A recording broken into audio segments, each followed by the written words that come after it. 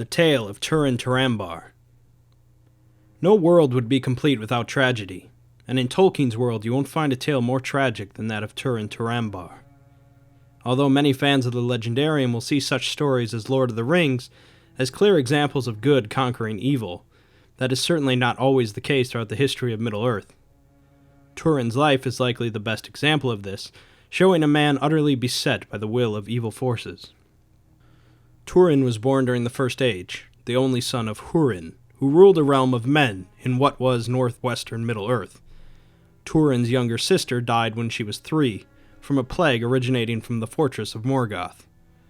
A sad start to his life, and an event that Túrin never quite got over. When Túrin was 8 years old, his father led their men to war against Morgoth. During the Battle of Unnumbered Tears, Húrin's entire army, including his younger brother, were slaughtered, with orcs decapitating the bodies and piling them into a massive mound. Húrin was the last one standing of his men, and killed so many of Morgoth's soldiers that he became trapped beneath their bodies. Húrin was taken alive to Morgoth's fortress, where he was tormented and interrogated by Morgoth for secret information. Húrin resisted Morgoth's will, and so he was chained to the peak of a mountain, and a curse was placed on his family. Húrin was given the ability to see and hear all that would befall his children due to Morgoth's curse, leaving him to languish on the mountain. When Túrin was 9 years old, his mother sent him away to an elven kingdom for his own protection, forcing him to leave behind his mother and best friend. The king of the elves there adopted Túrin as a son, and he learned many things from the elves, including hunting, sword fighting, and the elvish language. As he grew older, he became more restless, and began asking about his homeland. Through various messages, he learned about the existence of his younger sister Nienor, who was born shortly after he left.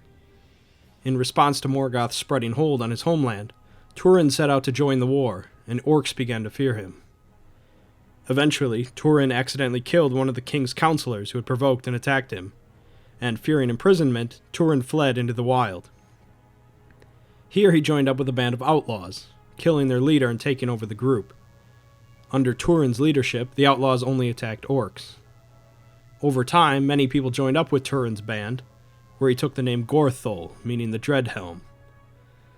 Túrin's group kept much of the region free from evil, until they were betrayed by a dwarf friend, when Morgoth sent a host of orcs to kill the group. Nearly all of Túrin's men were slain, and he himself was captured by the orcs. Túrin was rescued by his friend, but while his bonds were being cut, his foot was pricked by a sword. Mistaking his friend for an orc come to torment him, he picked up the sword and slew his friend. He then went to stay in an elven stronghold, where he hid his identity and had his friend's sword reforged and called it Gurthang, meaning Iron of Death. Túrin's identity did not remain hidden for long, however, and Túrin would end up becoming extremely influential in the stronghold, but his public identity also came to Morgoth's ears. Túrin had the chance to return to secrecy, but his arrogance became part of his downfall. Morgoth sent a great host of orcs, led by the wingless dragon Glaurung, and Túrin encouraged the king to face the enemy in open battle. During the ensuing battle, the king and his forces were all slain, and Túrin alone stood to withstand Glaurung.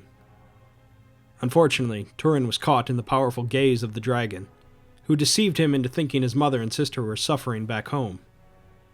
Túrin abandoned the daughter of the king to capture, as he fled the battle to seek out his family. Making his way back to his old home, he found the house empty, for his mother and sister had actually made their way safely to the elven kingdom where Túrin grew up. He went to the house of the lord who had taken over his father's lands, as well as taken a woman of Túrin's house as his wife against her will.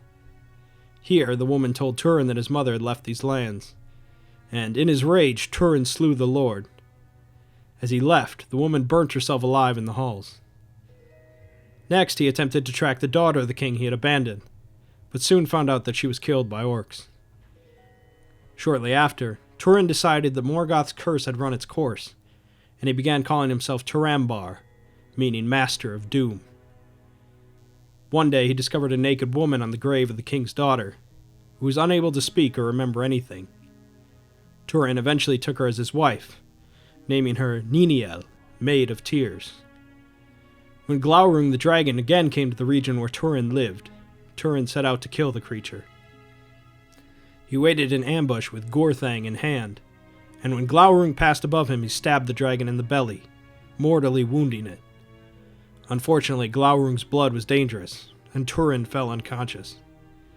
When his wife came to search for him, Glaurung was still breathing, and with his last words he undid the spell that he had previously cast on the woman. Niniel suddenly remembered everything about her prior life, including the fact that she was actually Nienor, Turin's younger sister. Horrified, she threw herself off a nearby cliff to her death. A man who also loved Nienor witnessed this, and when Turin awoke, he was taunted with the tale. Refusing to believe it, he slew the man and ran toward the grave of the king's daughter. There he was met by the captain of the guard of the elven kingdom where Turin grew up, who confirmed the story to Turin. In despair and shame, Turin cast himself onto his sword and died. According to the prophecy of Mandos, the spirit of Turin will return during the final battle, and will deal the killing blow to Morgoth with Gorthang, avenging the children of Hurin and all men. As the prophecy is dubious at best, it's unclear on whether or not Turin will have a happy ending after all. As it stands, Turin's tale is wrought with despair and sadness, mostly due to Morgoth's curse. There is some debate, however, on how much of Turin's tragedy is because of his own arrogance, especially mentioning the prime example of Turin ignoring a direct warning from one of the Valar. Turin's story isn't incredibly original, even at the time, but it does show an important side of Tolkien's universe. Good doesn't triumph every day.